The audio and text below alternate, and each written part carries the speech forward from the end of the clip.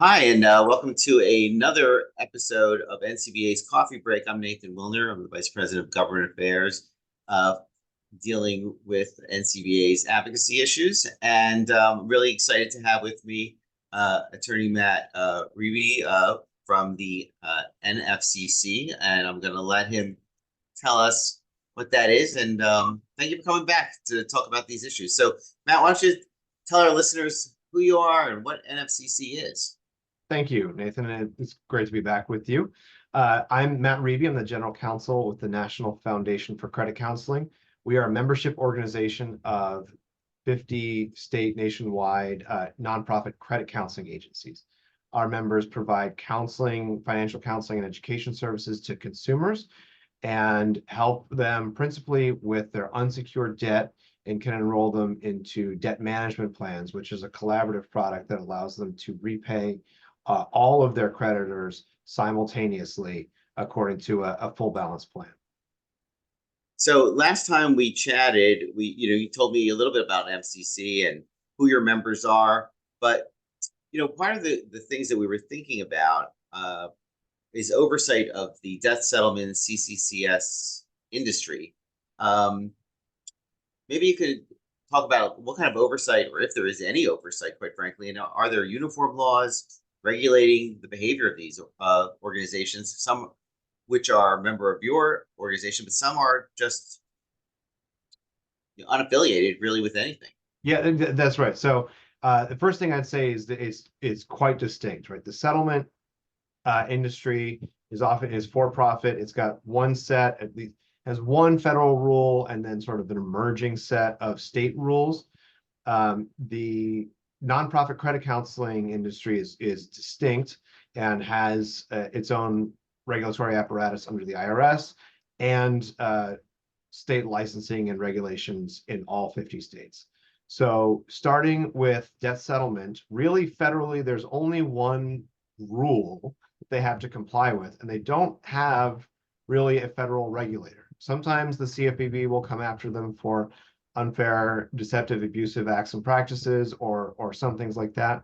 But those are really more enforcement actions than proactive regulations. The one rule they have to follow is what's called the telemarketing sales rule, which is enforced by the FTC, the Federal Trade Commission. And that simply says that a for-profit debt settlement company cannot collect a fee on an account until they actually settle an account for that consumer. So no advance fees. So this is often thought of as sort of it is an important consumer protection for consumers in debt settlement because it incentivizes the settlement agency to settle at least one of their accounts. Um, but it's far from perfect, and certainly the level of that fee is often quite high and extracts, shall we say, a lot of the economic value from the transaction from the consumer.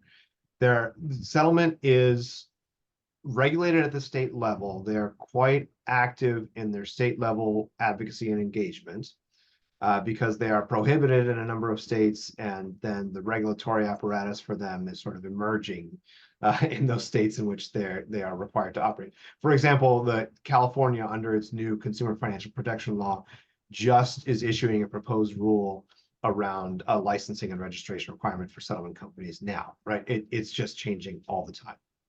So that is settlement. The nonprofit credit counseling industry, we have a set of rules under the IRS, which is called Code 501Q, sort of the same chapter as 501c3. There are a number of specific rules about how we provide counseling and education, the provision of debt management plans, and some other rules around how we connect with consumers, how we're supervised, what our governance structure must be, things like that. And then at the state level is where you'll see every single state has a licensing and registration requirement for credit counseling agencies, which includes things like disclosure requirements, fee limitations, and things like that. So there seems to be at least some ways that attorneys who represent creditors can try to verify the validity of these debt settlement companies that contact them. But if it was up to you, where would the creditors' rights industry be able to assist, advocate on the state level and federal level for your members. Like, in other words, it's in everyone's best interest that organizations are transparent and legal and not taking advantage of consumers. So what could the debt collection industry as a whole do to help you with that, to make sure that these companies are reputable? Yeah, I think first and foremost, it's really awareness, right? Unfortunately, we are not always operating at parity in terms of awareness generation, marketing, getting the word out to consumers compared to the debt settlement industry. I mentioned their fee structure a minute ago is quite lucrative, and in fact, there's big money behind a lot of their operations, and a lot of their investment goes into marketing.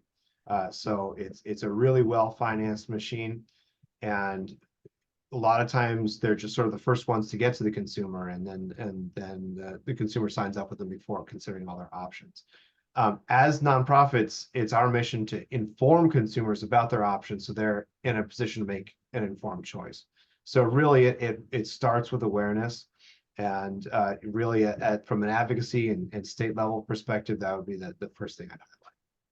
Yeah, thanks. I can't agree with you more.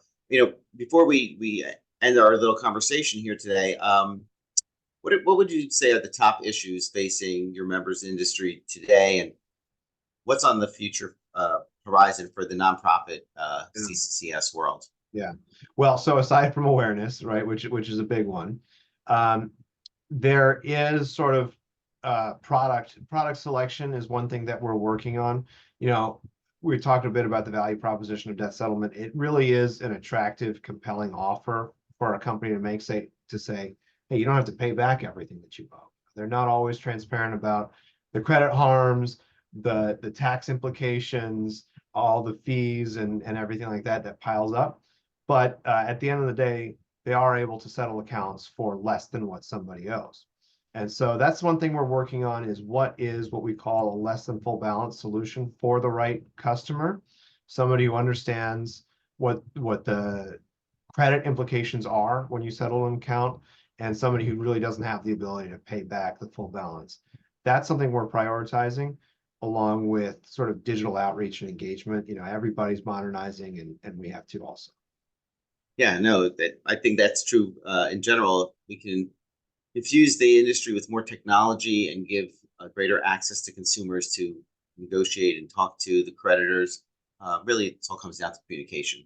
That's been, and I'm sure you find it the same way. But anyway, we can keep going for a long time, but I think we've kind of come to the end of this cup of coffee, so to speak. And really great. I really appreciate you coming on and talk about the National Foundation for Credit Counseling. I think our members do have a lot in common in some ways, trying to help consumers and just making sure that they're using the right platform. So with that, hopefully there's in our organization's future, there are opportunities to work together. And so thanks so much. And with that, enjoy the rest of your day. Great. Thanks for having me. Thank you.